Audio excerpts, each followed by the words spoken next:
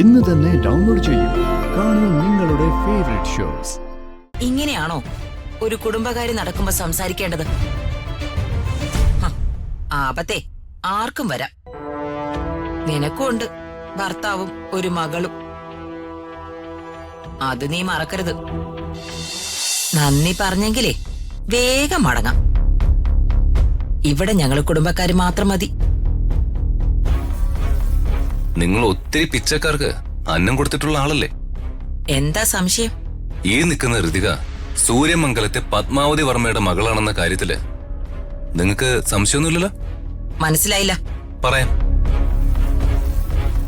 Padmavati madam പ്രസവിച്ച മകളായതുകൊണ്ട് ഋതിക സൂര്യമംഗലത്തെ പെൺകുട്ടി തന്നെയാ. ആ സൂര്യമംഗലത്ത് പണ്ട് പിച്ചക്കാരിയെ പോലെ കയറി ഇറങ്ങി നടന്ന ഒരു വേലക്കാരി ഉണ്ടായിരുന്നു. അവരുടെ പേരെന്തായിരുന്നെന്നറിയൂ?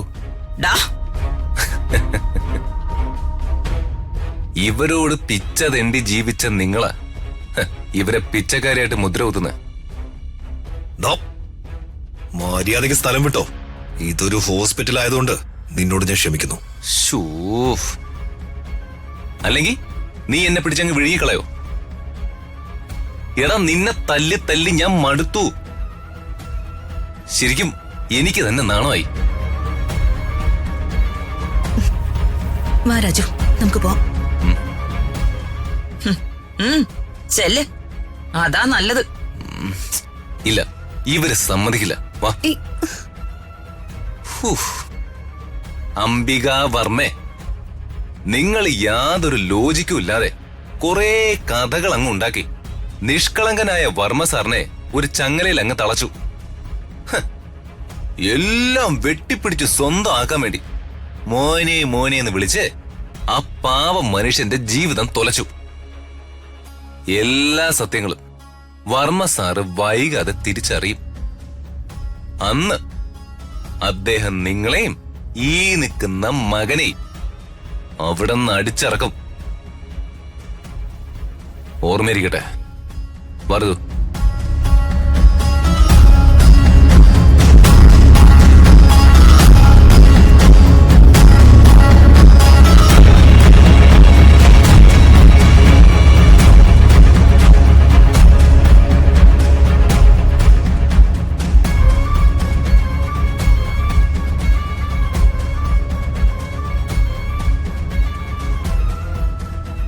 ഋതു, വിഷമിക്കണ്ട.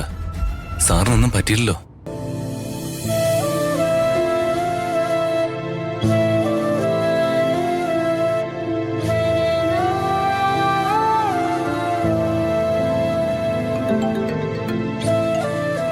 രാജു, അമ്മയാ. എന്റെ അമ്മയോ? അതോ പത്മാവതി അമ്മയോ? രാജുവിന്റെ അമ്മയെ ഞാൻ രാധമ്മയെന്നല്ലേ വിളിക്കുന്നത്.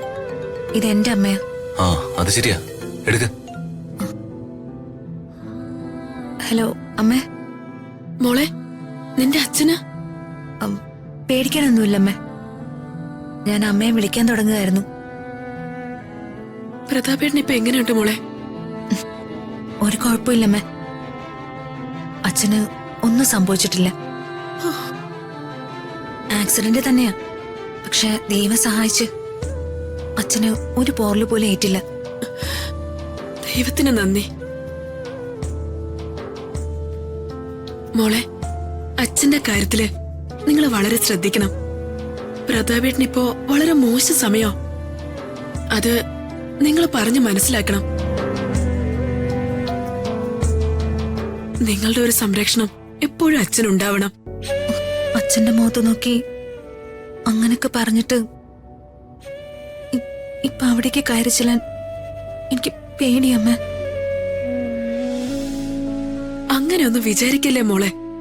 അത് നിന്റെ അച്ഛനാ. നീയല്ലാതെ മറ്റാരാ പ്രതാപേട്ടനുള്ളത്?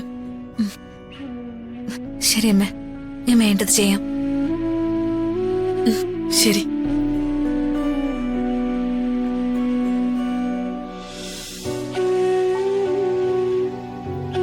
എന്തരുത്? വീട്ടിൽ ചെന്നിട്ട് പറയാ രാജു.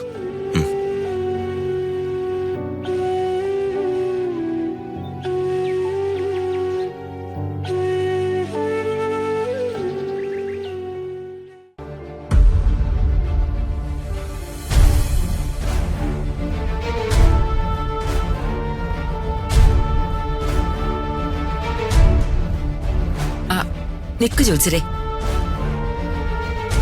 ഒരാള് കൂടി ഇങ്ങോട്ട് വരാനുണ്ട്. എടാ, നീ ചെന്നേ യാമിനോട് ഇങ്ങോട്ട് വരാൻ പറ. ഞാൻ ചെന്ന് വിളിച്ചാലൊന്നും അവര് വരില്ല. അമ്മ ചെന്ന് വിളിക്ക. ചെല്ല്.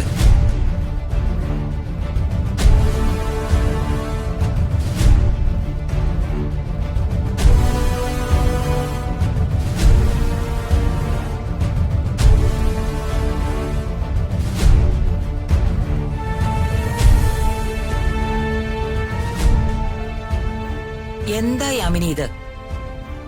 കുടുംബത്തിലെ അടിക്കടി ദോഷങ്ങൾ വരുന്നുണ്ടാ ഒരു ജോത്സ്യനെ വിളിച്ചു വരുത്തിയത്. ഇതിന്റെയൊക്കെ കാരണങ്ങൾ എന്താണെന്നറിയാൻ. നീയും ഈ കുടുംബത്തിൽപ്പെട്ടതല്ലേ, നിനക്കും അറിയണ്ടേ കാര്യങ്ങള്?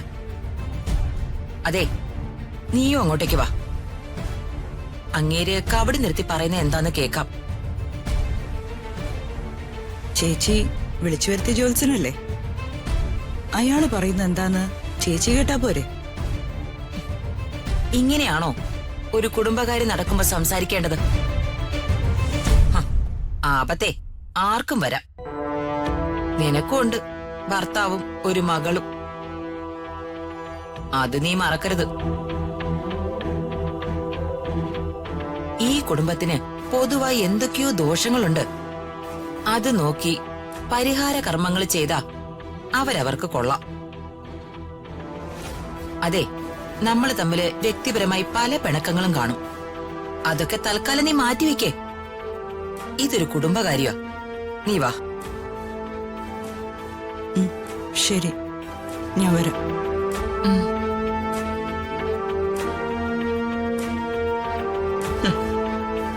പിന്നെ നിന്നെയല്ല, നിന്റെ അമ്മൂമ്മയെ വരെ ഒതുക്കും ഞാൻ.